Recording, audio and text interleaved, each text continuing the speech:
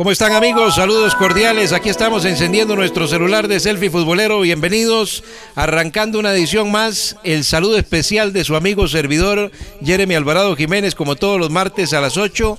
Hoy vamos de inmediato a unos mensajes porque ya tenemos en línea a nuestro invitado especial, un comunicador de amplia trayectoria, de mucha experiencia, admirado por muchísimos. Así que con el profesor Javier Méndez vamos a volver para entrar de lleno con una rica conversación después de estos mensajes. Con su permiso.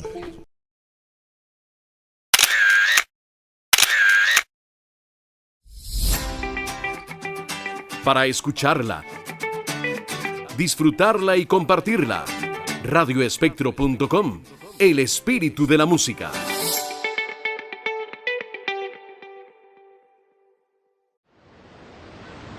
En Uvita de Osa, Punta Arenas, Camping y Cabinas El Tecal, a solo 300 metros del Parque Marino Ballena.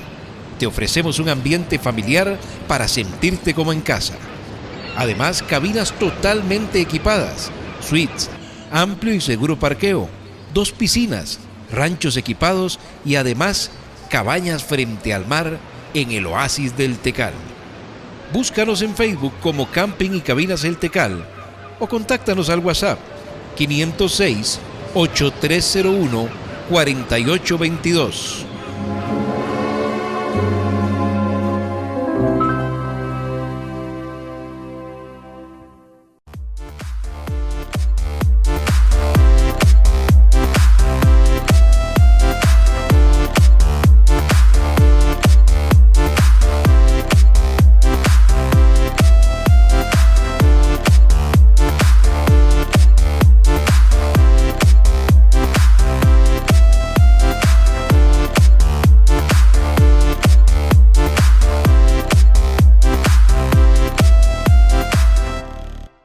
Si querés disfrutar el verdadero sabor de la comida argentina en Costa Rica, te esperamos en El Chante.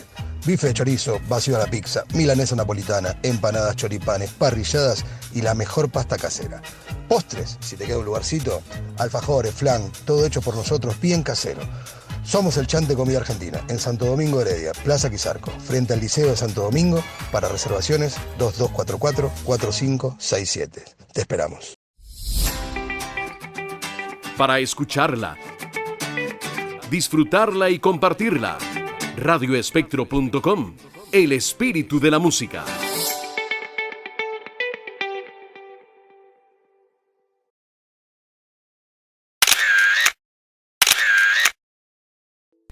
Bien, continuamos en Selfie Futbolero. Amigos, gracias por acompañarnos y ya tenemos listo acá a nuestro invitado de lujo esta noche en Selfie Futbolero a través del grupo Más Televisión, Telered y Telesistema, cubriendo el país y el mundo entero a través de este gran grupo de televisión comandado por don Álvaro Rodríguez.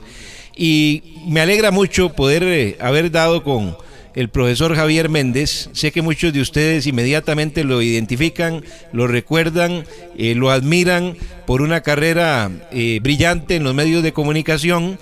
Mucha gente también sabe de su dedicación en la parte de la enseñanza al profesor, que también es reconocido y admirado por su trayectoria en ese campo.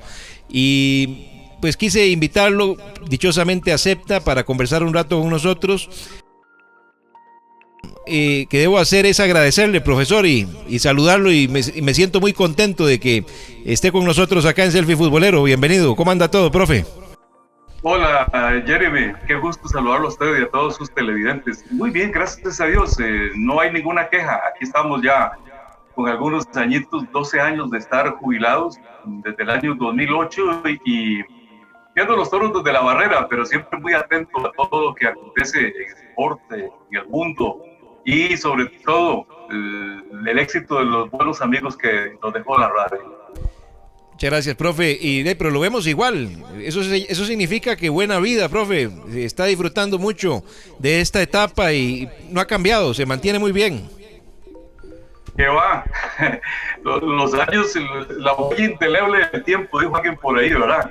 Los años pesan, pero gracias a Dios hasta hoy no sé lo que es estar un minuto en un hospital, no padezco de nada, y además pues uno se cuida un poquito de ejercicio, saber qué se come también, tratar de dormir bien, y tener la conciencia tranquila. Claro, eso es lo más importante. ¿Qué ha sido de estos años, profe, para conocer un poco lo que ha hecho, lo que ha aprovechado para disfrutar? Usted se dividía, y fui testigo de eso porque tuve la dicha de poder estar al lado suyo en una parte de los medios, en Colombia, siendo su compañero, que fue un verdadero honor para mí. ¿Y qué ha sido de este tiempo? Porque recuerdo usted dentro de la educación, el trasladarse para la radio, viajar hasta su casa en Palmares, realmente que tenía muy poco tiempo para compartir en familia. Entonces pienso que ha explotado toda esta alternativa para dedicárselo en pleno a su familia y recuperar ese espacio que el trabajo pues a veces quita, ¿verdad? Jeremy, esta vida de la familia es lo más importante, y luego los amigos, ¿verdad? Obviamente tener vida, tener salud, porque si no tienes vida no tenés absolutamente nada. Por eso no entiendo a la gente que está a favor del aborto. La vida es el primer derecho que tiene un ser humano. La vida es un derecho, el aborto es una decisión. Entonces, tener vida, hay que disfrutarla. Estoy haciendo lo que puedo hacer antes. Yo salía de mi casa 15 para las 6 de la mañana todos los días, de lunes a viernes, y regresaba entre la medianoche, 12 y 15, la 1 de la mañana, porque el programa deportivo terminaba a las 10. Pero me quedaba haciendo los títulos de todo lo que había sucedido ya al caer la tarde y la noche, y salía de Zapote muchas veces 11 y 15, y mientras llegaba a Palmares a comer algo, a prepararlo de otro día, me acostaba a la 1 de la mañana y a las 4:30 sonaba el reloj. Entonces, el viernes era mi día libre en la radio, pero daba 14 lecciones en el colegio. Y los sábados nunca me escapaba de algún partido, ahí me mandaban, y el domingo también, había veces que eran 2 partidos. Una vez le dije al jefe, le digo, es que yo veo que los sábados se alternan, y se alternan el día libre, va uno y va otro, pero a mí no me alternan. Me dice, tómelo como un voto de confianza, porque si usted no va, tengo que estar yo. Eso me dijo el señor Yacine Quesada. Y entonces ya salí jodido y agradecido. Por un lado era un reconocimiento, pero por otro lado no había día libre en la semana. Yo trabajaba un mes completo sin ningún día libre, porque los sábados y los domingos había que trabajar, y había que trabajar en la radio, y de lunes a viernes estaba en el colegio dando lecciones, y en la noche en Panorama Deportivo. Y fue un traje muy duro. Ahora me estoy sacando el clavo y estoy pasando mucho tiempo con la familia. Claro que sí, porque bueno, como bien lo dice, fines de semana, semanas enteras con el tiempo completamente ocupado en el tema laboral, y bueno, ya era el momento de compartir en familia y disfrutar todo esto. Dentro de ese recuento que se hace, profe, en los años, una trayectoria muy amplia como la suya, al lado de otros pesos pesados también de los medios de comunicación. Si tuviera que hacer un recuento y sacar lo más lindo de esa época, ¿qué sería lo primero que se le viene a la mente, profe? A muchas cosas. Por ejemplo, en aquel apacible Palmares de los años 60, cuando yo estaba en la escuela, de lo más novedoso era para diciembre la vuelta en bicicleta a Costa Rica. Nosotros estábamos en los cafetales, estábamos cogiendo café y dejábamos el canasto por donde estuviera lleno, no importaba, y corríamos donde veíamos las sirenas y todo venir. Esa época era bellísima. Yo recuerdo que más de una vez mi papá era un tipo muy disciplinado, y si el café estaba muy maduro no podíamos perder tiempo. Entonces yo subía a un árbol al más alto con algún tarro y comenzaba a escribir el paso de la vuelta. En los tiempos de grandes ciclistas, Los Sánchez aquí en Costa Rica, José Manuel Soto, Alcántara de México, toda esa gente que venían por acá. Entonces por ahí comenzó un gusanillo y a despertar una gran inquietud en la radio.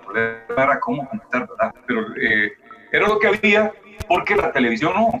Recordemos que teniendo yo aproximadamente 6 años, mi papá nos llevaba a ver televisión aquí donde un vecino, te pagaban 10, 15 centavos por 2, y no había pleito porque solo había una televisora nada más. Entonces ponían el único canal que había y uno se entretenía viendo eso.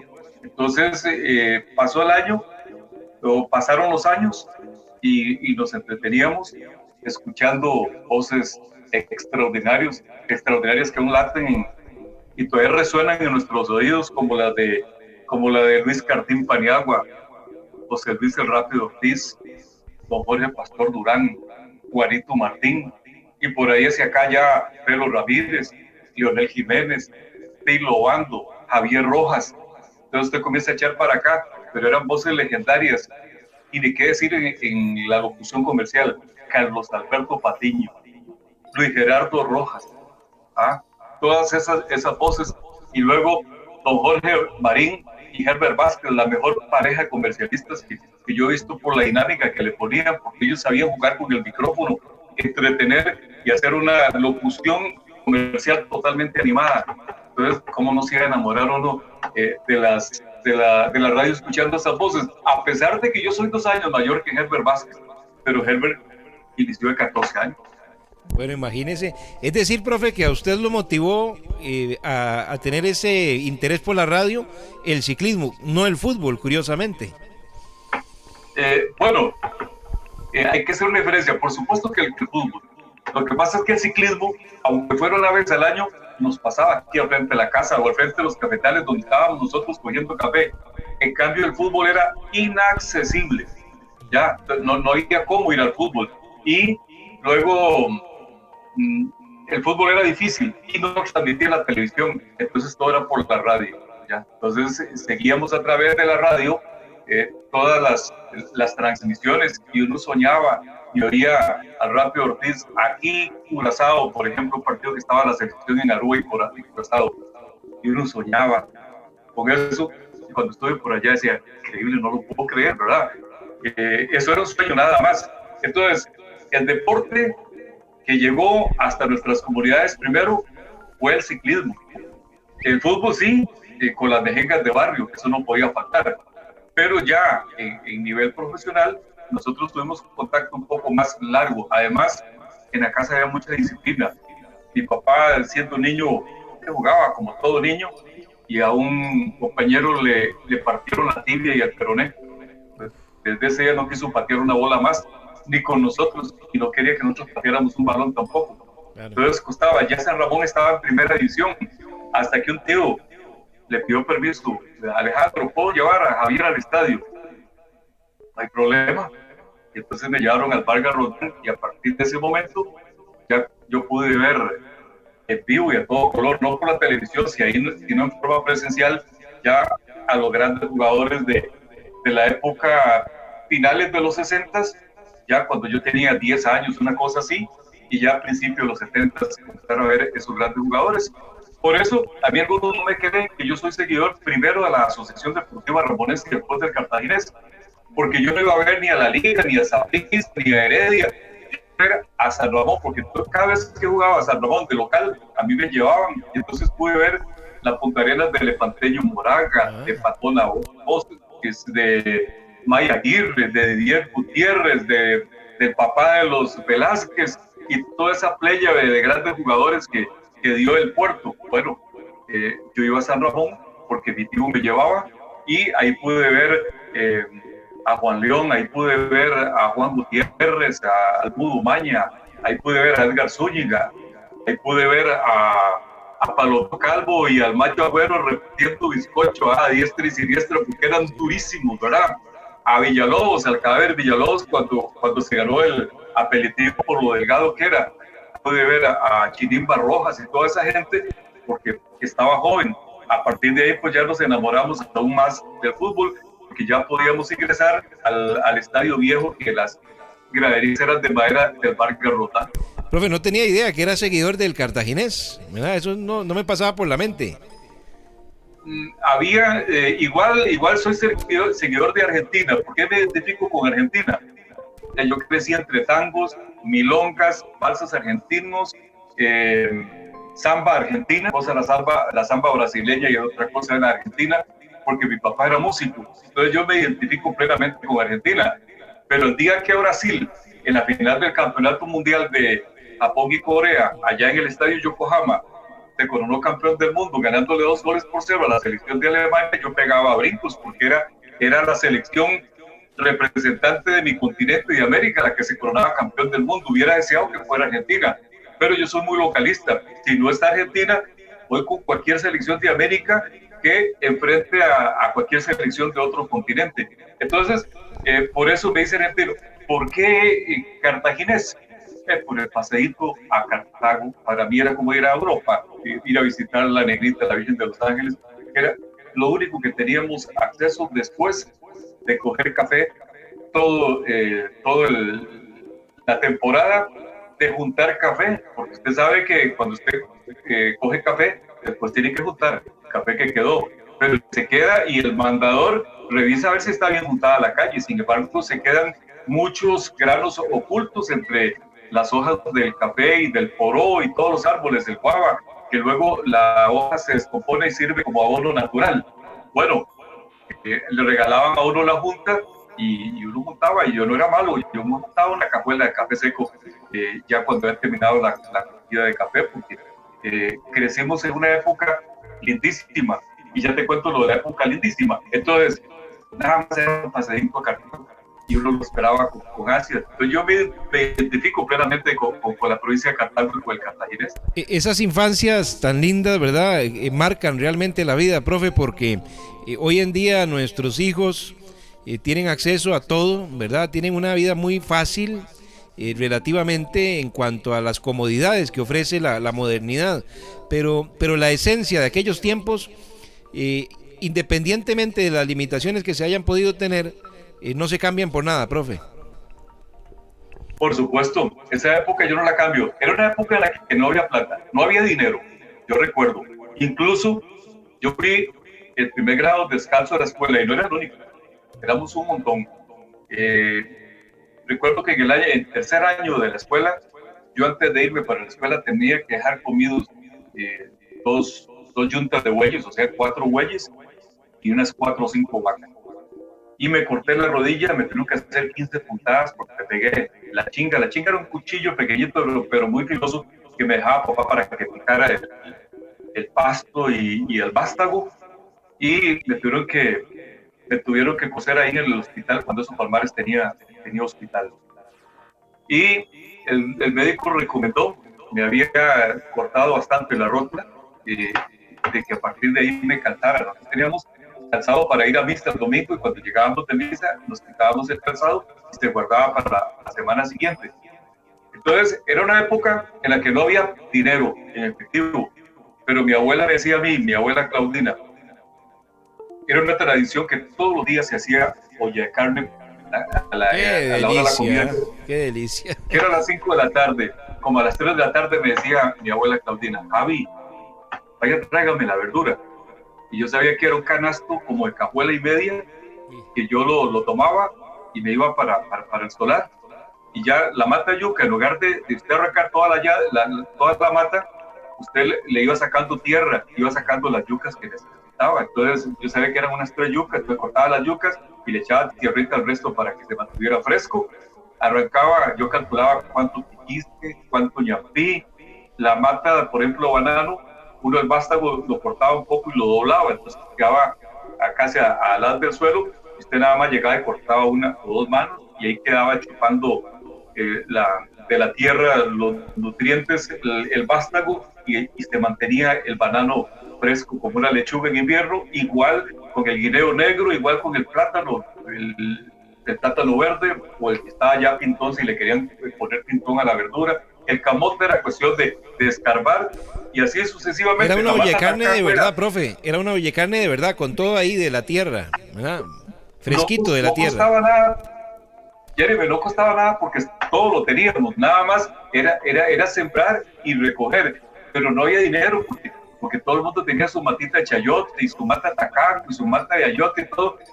Nadie te compraba tampoco, ¿verdad? Por lo menos en el vecindario, había que ir a vender al centro, a la ciudad o a otro lado. Entonces había de todo. Usted se quería comer un huevo, no se podía comer 5, se quería nada más, llegaba y levantaba las gallinas donde estaban poniendo y calientitos se los llevaba a los que quisiera. Leche, la que se quisiera tomar, la natilla, pero natilla de verdad, la casera, la que quisiera. Maíz, se sembraba el maíz del año, lo guardábamos en estañones para que no, estañones de metal con una rosca bien socada para que no se metiera el aire, y mantenía el maíz, se mantenía todo el año sin ningún problema. El que sobraba se vendía, los frijoles igual, guardados en estañones para todo el año.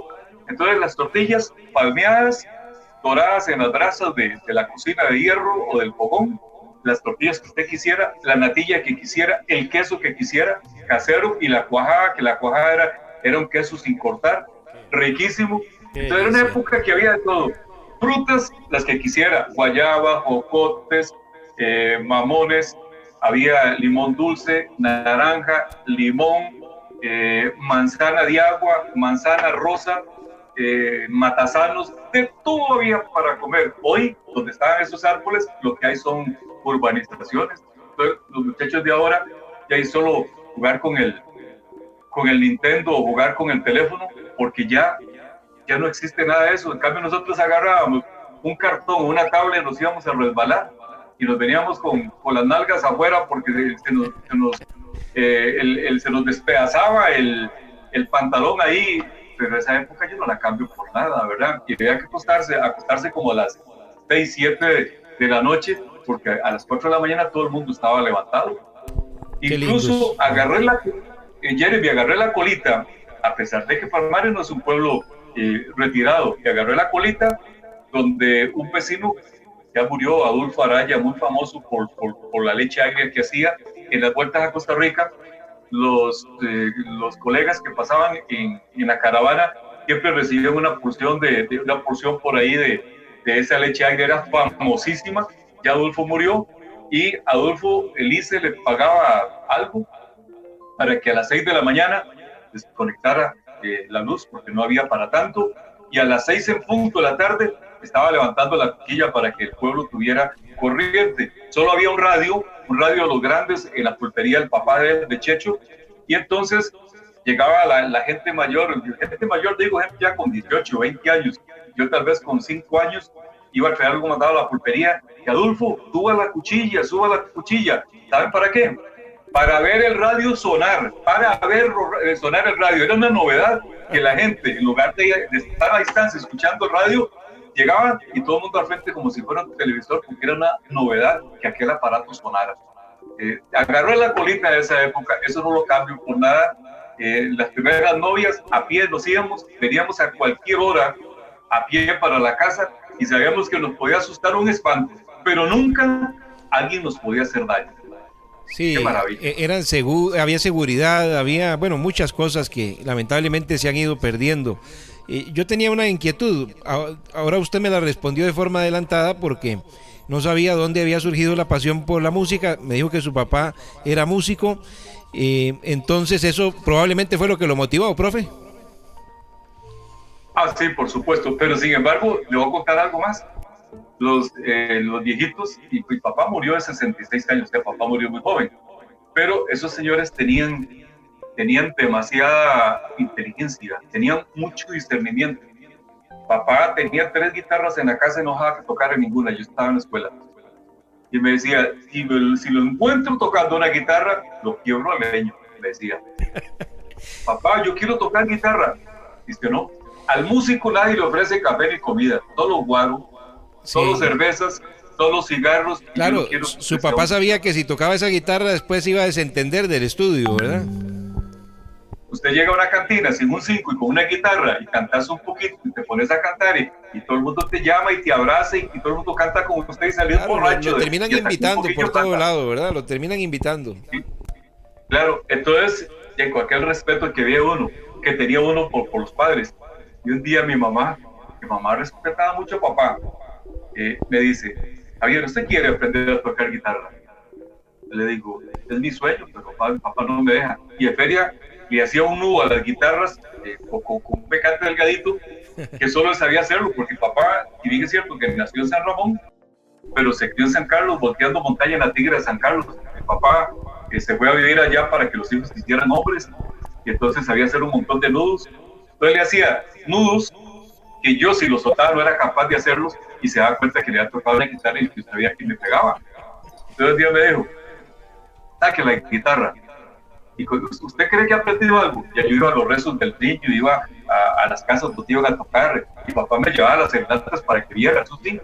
Y yo vi que algo sabía, y no ve que para mala suerte, el primer día, y estoy tocando y entra papá. Y me iba a pegar y mamá se metió de, no le pegue. Y le dice, no hay ningún problema, pero es que este muchacho se hace un pumas y ahorita se pone a fumar, la responsable de usted no soy yo. Yo no le he dado ese ejemplo. Papá no tomaba, papá no fumaba, era un tipo muy correcto. Y entonces ese día yo salí ganando porque entonces mamá me dijo, usted tiene que darme la palabra de que usted no va a tomar, que usted no va a fumar, y yo lo apoyo. Y ahí en 3 veces yo andaba con papá y los compañeros ya yo andaba con la guitarra y ya nos pagaban por cantar un rezo del niño, y a mí igual, yo en la escuela y ya me ganaba para llevar a la escuela tocando guitarra. Entonces ya en los actos cívicos de la escuela yo salía acompañando a mis compañeros que cantaban alguna canción, y ya yo salía con la guitarra, y entonces ahí comenzó la afición mía por la música, y gracias a Dios he llegado a ser el maestro, el organista de la Catedral de Alajuela. He tocado el órgano de la Basílica de Los Ángeles en Cartago, donde yo iba de niño y soñaba con estar en ese lugar, y muchas veces sencillamente haciendo una oración, y hasta ese privilegio lo he tenido. Qué lindas anécdotas, profe, porque esas pasiones que se desarrollan de niño y se logran cumplir, bueno, precisamente se convierten en ese desarrollo de la pasión que nunca termina siendo un trabajo, ¿verdad? Sigue siendo una pasión que alimenta el alma durante toda nuestra vida. Y tengo entendido, y si no mal recuerdo, porque en las noches que compartíamos en Panorama Deportivo, por ahí yo soy muy preguntón siempre, y recuerdo algunas cosas que le consultaba acerca de su experiencia, de su trayectoria, no solo en la radio, en los medios, sino en la educación. Usted empezó en la educación muy joven, profe, ¿verdad? Si mal no recuerdo. Sí, Jeremy, yo comencé muy joven. Yo entré un poquito más rápido a la escuela. En esa época, en la escuela, no es como ahora que exigen una edad, un límite de edad hay para poder ingresar. Los maestros eran los que pasaban casa por casa matriculando a los niños. Y entonces cuando pasan los maestros y dicen, venimos a matricular a los niños de primer ingreso, o sea, los de primer grado, porque kinder no había. Todo en la Escuela Central de Palmares, en los distritos no. Y entonces le dijeron en mi casa, no, nosotros no tenemos, pero este niño no. Yo cuando nací pesé más de 10 libras, entonces era grande, para que me quedé chiquitillo, 1,75 m, pero pequeño era grande. Y entonces dijeron, no, apenas tiene 5 años. No importa. Y me matricularon. Entonces iba un poquito adelante. Entonces, con un año salí del Colegio Palmares y con un año de universidad, resulta que estoy aquí creo que fue como un 11 de marzo, algo así, el año 76. Estoy en la casa cuando pasó el director regional de enseñanza de la escuela que era Palmares, el licenciado Benito Rojas, había sido mi director en el colegio cuando yo estaba en 7º año, y me dice, Javier, tengo un problema. El maestro de música de la Escuela Central de Sarquí le dieron un ascenso interino al colegio diurno de Naranjo, y no tenemos aquí un nombrar, no hay nadie reclutado, y alguien tiene que estar por allá. El asesor nacional de música era el licenciado Gerardo Pineda Vargas, quien fue mi profesor de música en el Colegio de Palmares los 5 años. Me conocía porque siempre que iba en la actividad yo salía con la guitarra. Y entonces don Gerardo está de acuerdo, dice que él le da alguna inducción a usted. Y tenía un año de universidad nada más. Si usted acepta, va el lunes, lo nombramos y el mismo lunes está trabajando. El muchacho en una universidad. Yo iba a la universidad y llegaba y me iba a trabajar a un taller de banistería. Aquí en Palmares hay un montón. Ahí estriaba y con eso tenía para ir a la universidad. ¿Y cuál es mi sorpresa?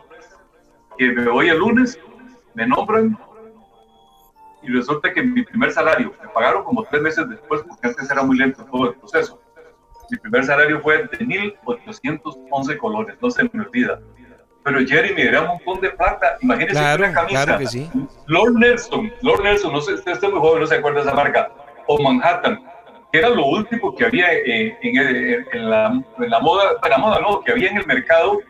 Posiblemente en San José tenían otras marcas, pero aquí en el campo, de los más finos, camisas Lord Nelson y Manhattan. Y una camisa de esas valía 24 o 26 colores.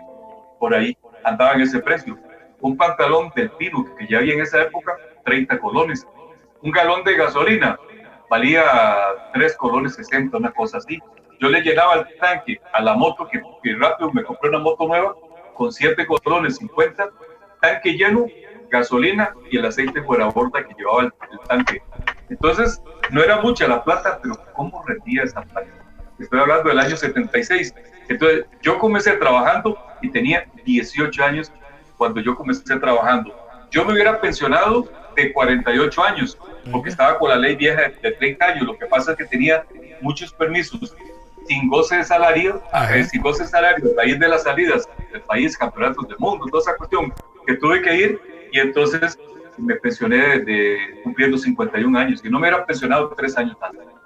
Bueno, imagínese, muy bonitas historias con el profe, que no hemos hablado de la radio y esto porque realmente son temas muy lindos y estoy seguro que los televidentes lo están disfrutando mucho, y sobre todo toda la gente que ha admirado y lo ha seguido atentamente con su calidad en el micrófono, donde también deleitó a los oyentes a lo largo de muchísimos años. Siempre tratamos de hacer un programa diferente. Profe, estamos saturados de lo mismo en muchos medios, ¿verdad? Cuando se habla de fútbol, son las mismas noticias una y otra vez. Entonces, la idea que pongo sobre el tapete con Selfie, sí, traemos a futbolistas, a dirigentes, a gente del plano internacional, porque hemos tenido acá varios personajes y esperamos seguirlos teniendo. Pero tratamos de con ellos abordar otros temas, entrar en conversaciones que la gente pueda disfrutar desde otra óptica, siempre relacionada con este medio deportivo. Y hoy con el profesor Javier Méndez, que pues de sobra está dándonos un exquisito programa, y que, repito, sabemos de que lo están disfrutando nuestros amigos televidentes. Estábamos hablando de ese inicio prematuro, ¿verdad?, en la educación, donde el profesor muy niño, de 5 años, empieza sus estudios, va evolucionando de una manera impresionante y logra acceder ya a su carrera de la educación, donde logró desempeñarse exitosamente, y lo hemos visto en las redes sociales, el respeto, el cariño que le tienen sus exalumnos, la forma en que la gente se expresa por ahí cuando seguimos algún comentario de los que el profesor expone en su red de Facebook. Entonces eso habla de que estas generaciones fueron marcadas. Y uno también como estudiante, si uno recuerda con afecto, con especial aprecio a un educador, es porque realmente se diferenció, que no solamente llegó a ganarse el salario, sino que vivía ejerciendo una carrera con pasión y con dedicación real para dejar algo, ¿verdad? Porque la educación es un tema muy importante, muy destacado, y los educadores que marcan a sus estudiantes verdaderamente son esos que han hecho la diferencia a lo largo de la historia, profesor. Sí, Jeremy, pero yo no puedo ser tan ingrato.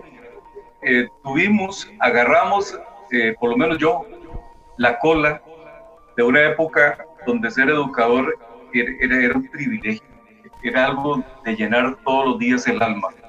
Desgraciadamente, lo que están padeciendo en este momento mis colegas educadores ya no se lo deseo a nadie. Seguimos contando con padres de familia rectos, prudentes, sensatos, inteligentes, que han sabido educar a los hijos, pero tenemos, como dicen en mi pueblo, una sarta de irresponsables que da miedo. El primer educador es el padre de familia, la primera escuela es la casa. Totalmente. Hay un montón de alumnos a los que no hay que decirles salude, porque de que llegan lo hacen.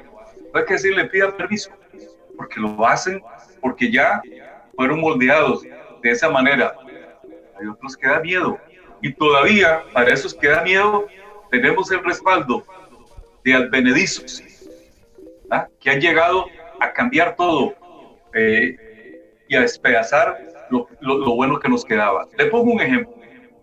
Para mí el ministro de Educación tiene que ser una persona que conozca de educación y que haya estado trabajando, ojalá en un kinder, en una escuela, en un colegio, en una universidad, y que tenga conocimiento. Ahí no se puede poner un advenedizo. Eso es una burla para la educación. Totalmente. Y entonces yo tuve la ventaja de tener ministros de educación del rango de un don Lalo Gámez, de María Eugenia Dengo, de Vargas. Y digo de Vargas, a pesar de que hoy no se acostumbra decir el de por el apellido del esposo, porque ella siempre lo utilizó. María Eugenia, y no me pongo de pie porque entonces no me agarro la cámara, la hija de don Omar Dengo. Esta fue ministra de Educación mía del año 72 al 82 en el gobierno de Carazo. Don Fernando Bolio Jiménez, don Eugenio Rodríguez. Entonces uno dice, desde el ministerio venían políticas sensatas, reales, en beneficio de la educación. Pero cuando aparecen estos advenedizos nombrados por política, que dicen que yo como profesor no puedo poner escapado a un estudiante que fue a la lección anterior de matemática, pero que la mía no quiso ingresar y se fue para la soda, tan locos. Y resulta que nos llegó ya hace algunos años la circular que la única manera en que yo puedo poner a un estudiante escapado es que haya entrado, haya estado un rato de la lección y se van. ¿Acaso que son tan tontos? Ellos manejan el reglamento lo que más les conviene. Entonces el estudiante se vuelve selectivo. Profe, ese mal, y perdone que lo interrumpa, pero ese mal de improvisar gente en puestos es una moda desde hace muchos años en el país, no solo en la educación, ¿verdad? Nos ha pasado en el deporte, nos ha pasado en otros ministerios donde el país es el que termina padeciendo el desconocimiento de esas personas de un área determinada. Esa es la razón por la cual aquí se debe nombrar un ministro de Educación, no por la parte política, sino alguien que conozca y que elabore un plan de educación para los próximos 20 años a desarrollar, y no lo que ha sucedido siempre, que viene un ministro y lo bueno que hace, el otro lo quita, que quiere sobresalir con un montón de tonterías, y los llevan de tontería en tontería. Entonces el ejemplo, por ejemplo, de las escapadas. Y yo le ponía escapadas a los alumnos de mi grupo guía, y cuando llegaban los padres de familia les decía, mire, aquí tengo alumnos con escapadas. Desde el punto de vista reglamentario no procede por la responsabilidad de los de arriba. Si ustedes me dicen de que están de acuerdo con la responsabilidad, les pongo ausencia injustificada y le quito la escapada. Y nunca un padre de familia me dijo, quíteme la escapada. Más bien me dieron la mano y me dijeron, ayúdenos en la educación. Pero no siempre topa uno con esa suerte. Entonces, se ha venido con un montón de cosas, de tonterías en la educación. Le voy a citar otra. Uniforme único. ¿Qué es lo que pretende el uniforme? De que nadie vaya a sobresalir, porque uno puede llevar, de repente una señorita puede llevar todos los días del mes unos zapatos diferentes, pero otra, la que lleva son unos zapatos hasta con la suela rota, porque no tiene otro. Entonces el uniforme es para que todos vayan iguales. Y algo muy importante, en una época donde se están formando, que esa formación les sirva a futuro y que sepan que hay un valor importantísimo que se llama disciplina. Entonces, debo ir así, todos vamos igual, y no aparece la sala constitucional y aparece este montón de advenedizos diciendo con lo del pelo, los hombres con el pelo recortado, las mujeres así, nada, que pueden ir los hombres a como les dé la gana y que pueden llevar piercing, que pueden llevar, ¿qué hicieron? Indisciplinar a los jóvenes para que cuando sean grandes actúen como les dé la gana, y ese valor de la disciplina no lo tengan muy arraigado. Yo conozco empresas serias, no voy a decir el nombre por supuesto, que el jefe de personal entrevista al personal y una empresa que ocupa mucha gente en entrevista de trabajo, y si la persona tiene, por ejemplo, con cuestiones así visibles de tatuajes y todo eso, no los contratan por la imagen de la empresa. Entonces, me decía un ex profesor mío de colegio, que el hijo se le graduó de ingeniero en el tecnológico, y él le regaló el carrito que él tenía, un Datsun 100A del año 79, una cosa así, pero entonces se le graduó 10 años después, en el año 89, o sea, es como tener otro carro 2010, y el muchachito le puso un radio nuevo y aros para que el carro fuera bonito. El primer día que llegó y lo metió en el parqueo de los empleados, a las 9 lo había llamado el jefe y le dijo, ¿qué carrito suyo? ¿Y suyo también? Vea, hoy se lo lleva y no lo traiga más. La imagen de esta empresa ha costado mucho para que un carrito viejo como ese esté.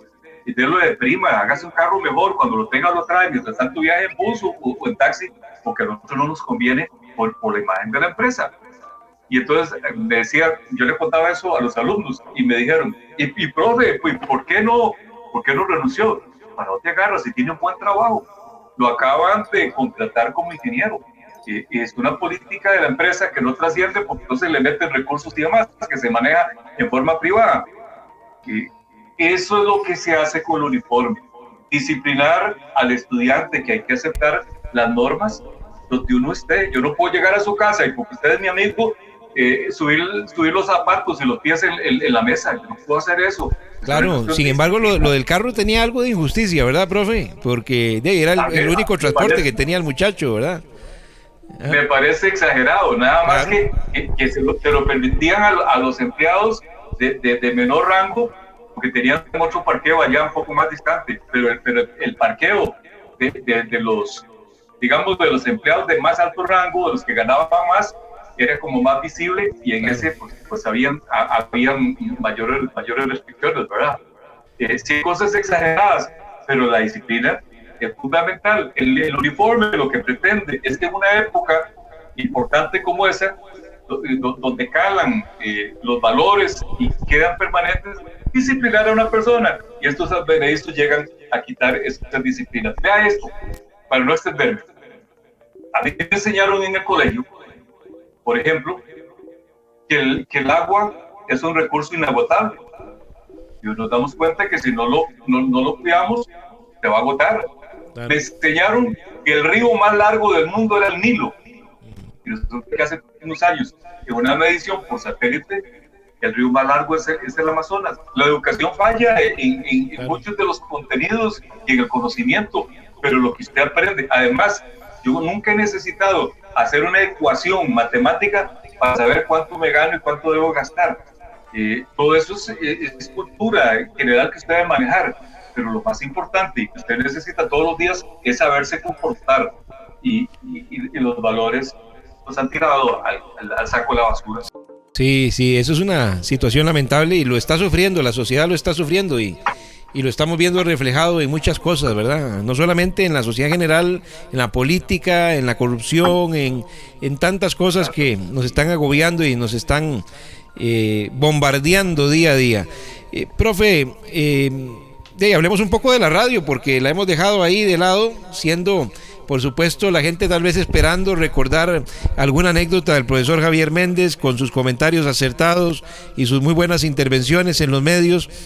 Yo empecé a escucharlo en un grupo muy bueno que ustedes tenían en Radio Reloj, ¿verdad? Que admiré mucho yo ese grupo, porque era un equipo de deporte muy bueno, como también admiré en su tiempo el de Colombia, pero en Colombia tuve la oportunidad de trabajar y una cola con parte de ese grupo, ¿verdad? Cuando don Javier me recibió por allá.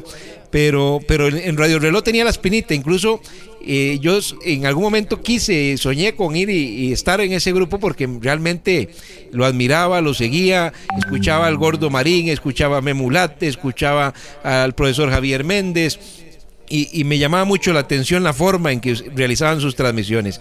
Entonces, de todas esas épocas que usted vivió, ¿cuál es la que más lo marcó? En Colombia, en Radio Reloj, no sé si usted en qué otras emisoras, porque no recuerdo, lo hemos conversado, pero de las más sonadas en el país y de los grupos de mayor peso, ¿cuál es la época que más lo marcó, profe? Ok, rapidísimo. Yo inicio en Sideral, una empresa que quiero demasiado, fue mi escuela, ¿verdad? En Radio Sideral en San Ramón. Luego pasé a Sonora, cuando Javier Rojas... Ese era otro grupazo en Sonora también, ¿verdad? Sí. Javier Rojas dejó Colombia y se fue a Sonora porque hizo sociedad junto al Rápido Ortiz, don Hermes Navarro y don Chaco Sazo. Entonces la emisora era de los cuatro y se fue con toda su gente. Entonces Parmenio llegó con un grupo de carajillos a Colombia a ocupar ese campo. Luego de cierto tiempo, como que Javier no, ¿qué le digo? Posiblemente las expectativas que tenía Javier no llegaron y se devolvió a Colombia. Entonces, en esa oportunidad, había ido a Sonora Parmenio Medina.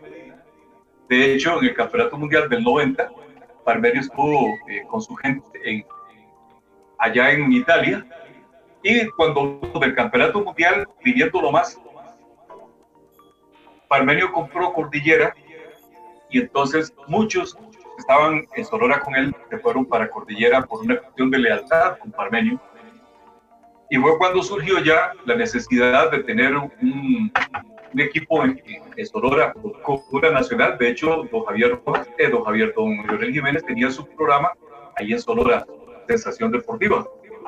Entonces, yo estando en Sideral, me llamaron, concretamente don Mario Segura Vargas, que tenía su programa ahí, y temporalmente asumió la dirección en una transición entre la partida de Parmenio y luego la llegada de otro director. Y entonces me oyó en un programa de Sonodeportes que hizo en Palmares, Sonora, para la presentación del equipo de Palmares, y llegó y me llamó y me dijo, lo dijo muy bien, y de mi parte tiene el visto bueno para que pase a formar parte del equipo de Sonora. Venga mañana y hable con don Fernando Naranjo, que es el gerente de la radio, porque la parte económica es con él. Se pone de acuerdo, usted está contratado. Y no eran ni 5 minutos y nos habíamos puesto de acuerdo.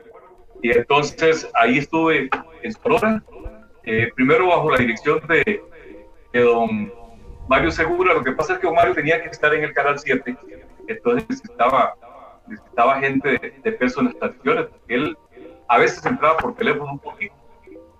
Ahí estuve hasta que el Rápido Ortiz me mandó a llamar y me dice: don José Luis, me refería ya el RN que estaba por detrás del Colegio de Periodistas, y me dice Javier Méndez, así me decía a mí, me gusta su trabajo y quisiera que se integre al equipo nuestro. Era un equipo pequeño, pero muy bueno. Jorge Marín en el locutor comercial. Casi nada, la mejor voz comercial del país. Imagínense, el comercialista, el entrevistador, Memo. El narrador, él. Y yo iba como comentarista. En el control principal se quedaba para dar todo el apoyo con noticias de última hora, todo eso, Alex Mazón. Y además, Ramírez Montiel, Mauricio, que era un controlista, era el que estaba en los controles de ahí. Un muchacho Bernal, se me olvidó el apellido, era el técnico. Y entonces, yo no quería venirme de Sonora por una cuestión de lealtad que me han traído de San Ramón. Pero al mismo tiempo, te lo hice saber a José Luis, y era que yo no hallo cómo venirme. Me seduce la idea. Trabajar a la par suya nunca fue un sueño mío. Ni siquiera lo soñé. Y me dice, me gusta eso, lo de la lealtad. Piénselo, yo estoy necesitando un comentarista, usted llena ese perfil. Si me dice más tarde que sí, además que luego he contratado a alguien, ya no te necesito, pero si en un mes me dice que sí, cuando tengo a ese alguien, la plaza es suya. Y luego ve que se presentó una situación en Sonora, llegó Juan Luis Hernández como director de deportes, y yo he tenido un problema con Juan Luis siendo técnico de San Ramón, que ahora no tenemos ningún problema y somos muy buenos amigos, ¿verdad? Desde hace años, pero en esa época sí, y yo no quise trabajar con Juan Luis. Entonces llegué y le dije a José Luis, ahora sí tengo un pretexto para venirme. Me dice, ¿cuándo comenzamos? El domingo. Pues el domingo. Entonces me integré a CRN, que en esos días estaba compró Monumental, y entonces ya pasamos a Monumental, que era de la misma empresa. Ahí estuve hasta que llegó con toda su gente Berardo Herrera a Monumental, y llegó el 1 de diciembre, me parece, del año 91, y el 6 de enero, creo, arrancábamos transmisión en reloj. Leonel Jiménez, Pilo Bando, Herbert Vázquez y ¿quién era el otro? Creo que ellos eran los tres socios. Iniciamos en reloj. Luego hubo un problema ahí en Sonora y tomaron las transmisiones en Sonora también, el mismo grupo. Entonces estábamos cubriendo tanto para reloj como para Sonora. Que había solo un partido, nos encadenábamos las dos, y si eran dos partidos, otra parte del personal en cada transmisión. Ahí estuvimos hasta que Reloj nos contrató en el año 96, ya no como una empresa aparte que alquilaba el espacio, sino ya con nosotros como empleados de Radio Reloj, con Leonel Jiménez de director. Ahí estuve hasta finales del año 99, cuando me llamaron de Colombia, que Javier Rojas se iba y necesitaba un comentarista, y me reuní con don Raúl Quesada y ya se me olvidó, con Luis Castro Ortiz, y en media hora nos pusimos de acuerdo, dejé el reloj y me fui a Colombia hasta que me lesioné. Entonces, fui privilegiado al poder trabajar en las 4 principales emisoras de opinión y de deportes que había en la época, cual fue Sonora, Monumental, Reloj y Colombia. Claro, nos quedan 5 minutos. Yo quisiera seguir una hora más porque está muy rico el rato con el profesor Javier Méndez. Entonces se lo voy a tratar de resumir en algunas preguntas cortas para quedar listo con algunas inquietudes que tengo. Pero no me contestó. Una de esas es, ¿cuál de todas lo marcó más, profe? Es que esa pregunta no se la puedo contestar. Cada una fue una etapa inolvidable. Lo que le puedo decir es que con el director que me sentí más a gusto fue con Leonel Jiménez. El Leonel no solo es un tipazo, sino es un tipo que no conoce la mezquindad. Decía, la inmediatez de la radio es lo que marca la diferencia. El primero que tiene las formaciones las pasa inmediatamente, pide el pase e interrumpe. A mí me gustaba esa forma de ser. Decía, nada de los egos, nada de esos egos, de que yo soy el director, yo doy la alineación y nada más. Exactamente. Decía, la gente se cansa de oírnos a nosotros. Protagonistas, no mozotes. Protagonistas, pero entre menos hablemos nosotros, más dinámica es la transición. Claro. Me encantó esa forma de ser. Leonel no veía fantasmas por ningún lugar. Y ojalá que esté escuchando eso para enviarle un saludo. Él sabe el aprecio, el respeto y la admiración que le tengo. Cuando José Luis El Rápido Ortiz, que fue mi director, lo que pasa es que solo fue un año nada más. Ese es otro viejazo, que lástima que no está con nosotros. Yo recuerdo lo que fue transmitir un partido en Limón en la tarde y pasar directo, porque el otro día jugaba la liga en Nicoya, y pasar directo de Limón a Nicoya en toda la noche y la madrugada, manejando Jorge Marín. Oiga, que había que rezar, ¿verdad? Pero era un pilotazo, ¿verdad? Y nunca nos dormimos, porque desde que salimos de Limón hasta que llegamos a Nicoya, José Luis hablaba, y todos en una risa. Oiga, estos humoristas que tenemos ahora, ninguno te saca más risas sin necesidad, José Luis, de recurrir a la vulgaridad. Qué tipo más agradable y qué voz. Y hablaba. Eran horas hablando y la voz cada vez mejor. Entonces, a mí me marcó mucho el tiempo que estuve con José Luis, que lamento que fuera tan corto, ¿verdad? Un año nada más, porque con José Luis se aprendía todo. Constantemente, cualquier cosa que no te parecía, decía, mira, esto se puede hacer mejor así. Pero así como estamos hablando nosotros, ¿verdad? Era increíble. Y don Leonel Jiménez, y luego alguna gente ahí, algunos amigos que tengo que son amigos de verdad, porque en la radio hay personas que son amigos de verdad, y hay también cada sobaleva y cada cebolchavismo que no es jugando. Claro que sí, definitivamente. Y gente con la que a veces uno está muchos años y al final, ¿verdad? Terminan pasando no solo el serrucho, sino el puñal. Pero bueno, profe. La motosierra.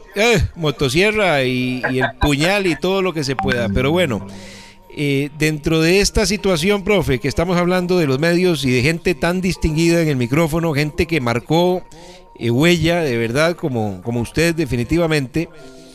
Un análisis en un minuto, profe, de lo que vivimos hoy en día, porque creo que dentro de una sociedad que ha perdido valores, dentro de una sociedad que está perdiendo muchas cosas, lamentablemente, los medios no están ajenos a esto, y el contenido y la calidad y todo lo que estamos recibiendo es muy farandulero, muy amarillista, muy interesado en otras cosas que no están generando un contenido real de calidad. Lamentablemente hay que decirlo, no en todos, pero sí en una buena parte de los medios. ¿Lo percibe así, profe, ahora, como dijo usted al principio, desde el otro lado de la barrera? Totalmente de acuerdo, Jeremy. Yo estoy preocupadísimo. Yo tengo 63 años y esto que estoy viendo ahora nunca lo he visto. Por ejemplo, lo de ayer. Lo de ayer nos afecta a todos. La imagen internacional, ¿dónde queda? Cuando veo yo los medios de comunicación que crean opinión, dando un criterio sesgado, me parece que falta mucha seriedad. No hay que ser muy inteligente para darse cuenta que en tantos años que tengo yo de vivir, esto nunca se había visto. ¿A quién le echamos la culpa? Al pueblo, ¿no? En tantos años lo vi con Figueres, siendo presidente, cuando atacó a los educadores, la policía con gases lacrimógenos, no con la magnitud de ayer y ayer. Tenemos un presidente arrogante que necesita asesoría. Eso es todo, y ya los ánimos están caldeados y a mí me preocupa. Ayer hicimos en Palmares una manifestación pacífica, no bloqueo. Caminamos un grupo numeroso de personas con la municipalidad a la cabeza. Y le puedo decir que un atraso de unos 5 minutos aproximadamente, y la gente de los furgones, de los camiones, de los carros pequeños, pasaban sonando el pito y sacando el puño hacia arriba, y además encendiendo luces. A favor, nadie, no había una sola persona que dijeran pagos o algo así. La gente está enojada. ¿Por qué? Esto del jueves es una burla para este país, que adjudiquen por 4.800 millones de colones la remodelación de una plaza de la diversidad en la Universidad Nacional, en la situación que estamos. No, tenemos que bajar el gasto, no podemos meterle más impuestos a la gente porque hay gente muriéndose de hambre. Claro, y una persona buena, viendo a los hijos llorar de hambre, es capaz de matar a otro por llevarle sustento a la familia. Necesitamos sensatez, necesitamos prudencia, y no la tenemos en el gobierno. Yo estoy muy preocupado. Profe, se nos fue el tiempo. Espero que en algún momento podamos hacer una segunda parte, porque de los medios hablamos como 10 minutitos nada más, y lo demás estuvo riquísimo, y por eso lo hicimos así. Pero bueno, dichosamente la conversación nos llevó por momentos muy lindos. Muy agradecido, profe. Muchísimas gracias por habernos acompañado, y que siga disfrutando de esta etapa de su vida, ¿verdad? Y esperamos encontrarnos pronto otra vez en este Selfie Futbolero. Ojalá que así sea, Jeremy. Muchas gracias. Le agradezco mucho, un honor estar en su programa, y que Dios nos proteja a todos. Chao. Gracias al profesor. Se nos descargó el celular ya de Selfie Futbolero, así que hasta la próxima semana, si Dios lo permite. Muchísimas gracias, que el Señor les bendiga, y a seguir con el grupo Más Televisión.